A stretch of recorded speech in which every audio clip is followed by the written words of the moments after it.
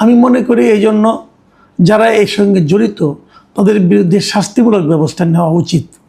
এবং যে কথাটা আপনারা বলেছেন তার সঙ্গে কিন্তু আমি দ্বিমত পোষণ করছি না, যে ওটা না করে এখন উনি ওই কিছু মহিলা দেখেছেন, ওটা দেখে যারা উনি যে শাস্তিমূলক ব্যবস্থা নিয়েছেন, এটাও কিন্তু আমি ঠিক মনে করি। যদি আপনি বলছেন যে শাক দিয়ে মাছ ঢাকা, আচ্ছা ধরা যাক মেট্রো রেলের নিচে যেটা হয়েছে ওটা কোনো অ্যাকশন নিলেন না, ওটার অ্যাকশন না নিলে কি অন্য কোনোটার ব্যাপারে অ্যাকশন নিতে পারবেন না?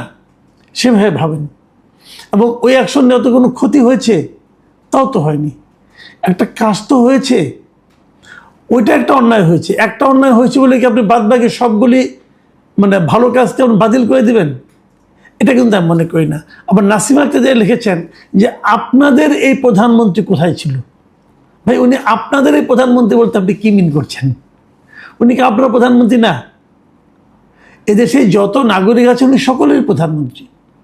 কাজে আমাদের তোমাদের এই যে মানসিকতাটা না, এটা আমাদেরকে জাতিটাকে একদম শেষ করে দিয়েছে। যখন আওয়ামী লীগ আসে তখন হলো গিয়ে আওয়ামী লীগের প্রধানমন্ত্রী আর কারো প্রধানমন্ত্রী না, এবং এটা অন্য অন্য দলের লোকরাও তাকে নিজেদের প্রধানমন্ত্রী ভাবতে পারেন না, এবং আওয়ামী লীগের লোকরাও তাকে অন্য কারো প্রধানমন্ত্রী বলে মনে করেন না, মনে করেন তাদের নিজেদের প্রধানমন্ত্রী। ওনারা মনে করেন যে এই প্রধানমন্ত্রী কেবল আওয়ামী লীগেরই কাজ করবে।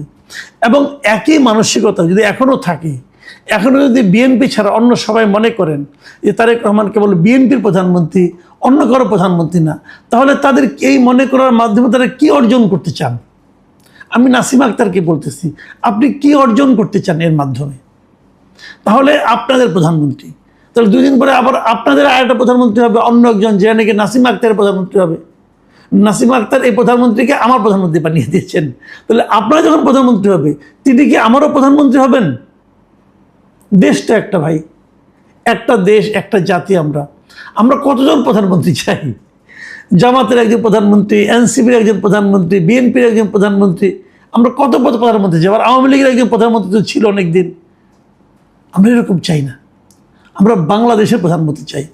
এবং সেই প্রধানমন্ত্রী যখন যে ভুল করবে, যে কথাটা আমার পছন্দ না হবে, তার যে কাজটা আমরা ভালো না লাগবে, আমরা সেটা সমালোচনা করব, যেটা ভালো লাগবে তার প্রশংসা করব। আমি কিন্তু এতে কোনো সমস্যা দেখি না। আমার মনে হয় যে আমাদের দৃষ্টিভঙ্গিতে এতটুকু উদারতা আসা উচিত। সুমন কাজী লিখেছেন 1,12,000 টাকা গরুর চামড়া 100 টাকায় বিক্রি করেছি। একই রকম আরেকটা কমেন্ট করি, ডিটি বাংলা নিউজ লিখেছেন বাংলাদেশের চামড়ার দাম নেই, অথচ চামড়ার জুতা কিনতে গেলে 1500 থেকে 3000 টাকার নিচে কোনো চামড়ার জুতা পাওয়া যায় না। এই দুঃখ কার কাছে বলবো? ভাই এই যে দুজনের লিখছেন চামড়া নিয়ে, আমি কিন্তু এই কথাটাই বলার চেষ্টা করেছি যে চামড়াজাত পণ্য যত আছে সব কিছুর দাম বাড়তেছে। কেবল তাই না, যে কোনো পণ্য আজকের থেকে 15 বছর 10 বছর আগে যে পণ্যের যা দাম ছিল, যে কোনো পণ্য আপনি দেখেন, কাপড়, তারপরে আপনার যে কোনো একটা তৈজসপত্র, খাদ্যদ্রব্য, শাকসবজি, মাছ মাংস, যত কিছু আছে, গরু ছাগল, সব কিছুর দাম আজকে থেকে 15 বছর আগে যা ছিল তার 2 গুণ 3 গুণ পর্যন্ত হয়ে গেছে। একটা মাত্র জিনিসের দাম প্রতি বছর আগের বছর হচ্ছে কমতেছে, সেটা হলো কোরবানির গরুর চামড়া, খাসির চামড়া, এগুলোর দাম কমতেছে। কেন? এই প্রশ্নের জবাব কেউ দিতে পারবে কিনা আমি জানি না। সারা দুনিয়াতে কিন্তু এই একই দৃশ্য না, চামড়াজাত পণ্যের দাম বাড়তি।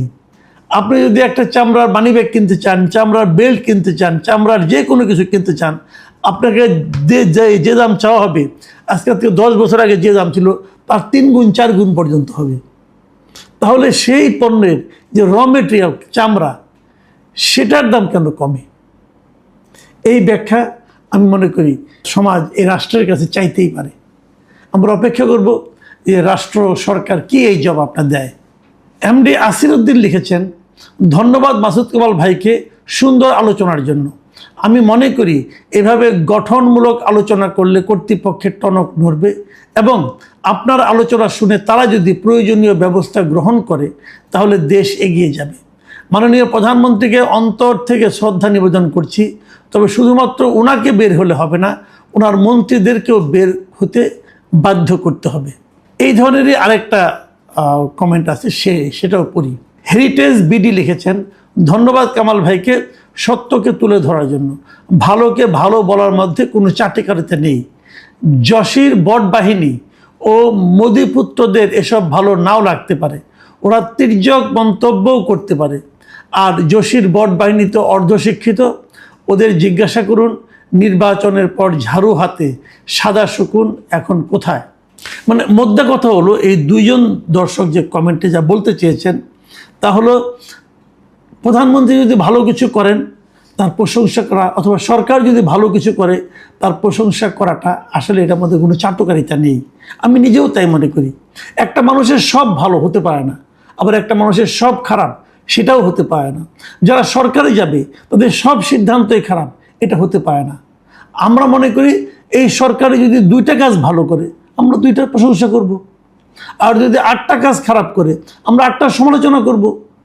এখন আমি সমালোচনা করলে আওয়ামী লীগের ফ্যাসিবাদের দালাল হয়ে গেলাম, আর আমি প্রশংসা করলে বিএনপির কাছ থেকে টাকা খেয়ে করলাম।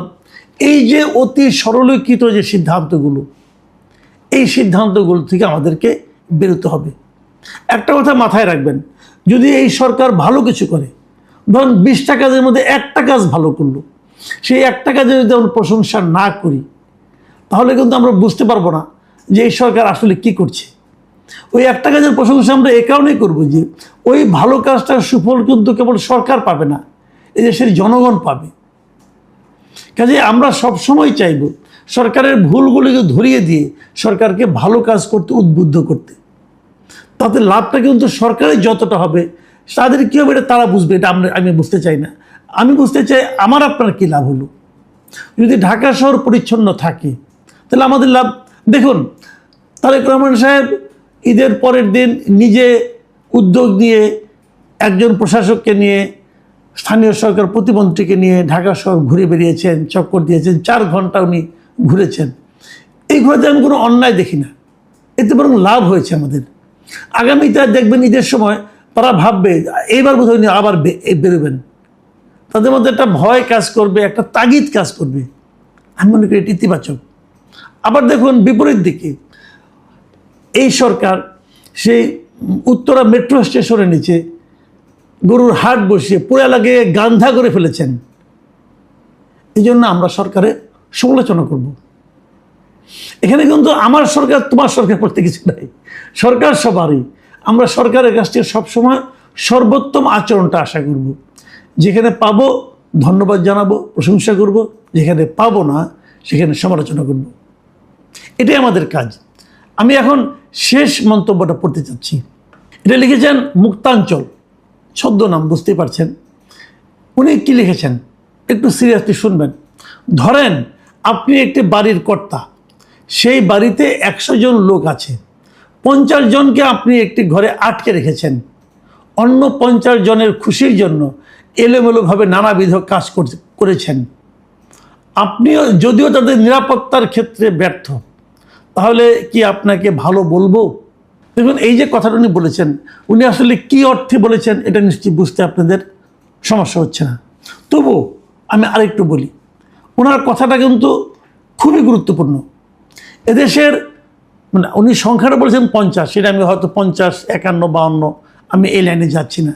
কিন্তু আমি এটা বলবো যে একটা বিপুল সংখ্যক লোক কিন্তু এই দেশে বর্তমানে 2য় শ্রেণীর নাগরিক হিসেবে জীবনযাপন করছেন, এতে কোনো সন্দেহ নেই। যারা একসময় আওয়ামী লীগ করতেন, যারা আওয়ামী লীগের কোনো না কোনো পদে ছিলেন অথবা আওয়ামী লীগকে সমর্থন করতেন, যারা প্রকাশ্যে আওয়ামী লীগের সমর্থক ছিলেন, তাদের বলতে গেলে আমার বিবেচনায় এই দেশে তারা এখন 2nd ক্লাস সিটিজেন হয়ে আছেন। তারা প্রকাশ্যে ব্যবসা বাণিজ্য করতে পারছেন না, তারা কোনো একটা কথা বলতে পারতেছেন না, তারা তাদের বিশ্বাসের কথা উচ্চারণ করতে পারছেন না। এবং এদেরকে আপনি এইভাবে রেখে আপনি অন্যদের জন্য যদি হাজারো কাজ করেন, সেই কাজটাকে আপনার পূর্ণাঙ্গ ভালো বলা যাবে না। আমি এই যিনি লিখেছেন, এই মন্তব্যটা করেছেন, আমি তার মন্তব্যকে খুবই গুরুত্ব দিচ্ছি। প্রিয় দর্শক, আমার ধারণা আপনারাও এই মন্তব্যের অন্তর্নিহিত অর্থ সঙ্গে একমত হবেন। প্রিয় দর্শক, আজকে মোটামুটি মানে অত বেশি কমেন্ট আমি পড়লাম না, কারণ আমি সবগুলো কমেন্ট নিয়ে কিছু না কিছু আলাপ করার চেষ্টা করলাম। আপনারা ভালো থাকবেন। আমি চেষ্টা করব একদিন পর পর আবার এ ধরনের দর্শকের কথা নিয়ে আপনাদের সামনে হাজির হতে। সবাই ভালো থাকবেন। আল্লাহ হাফেজ।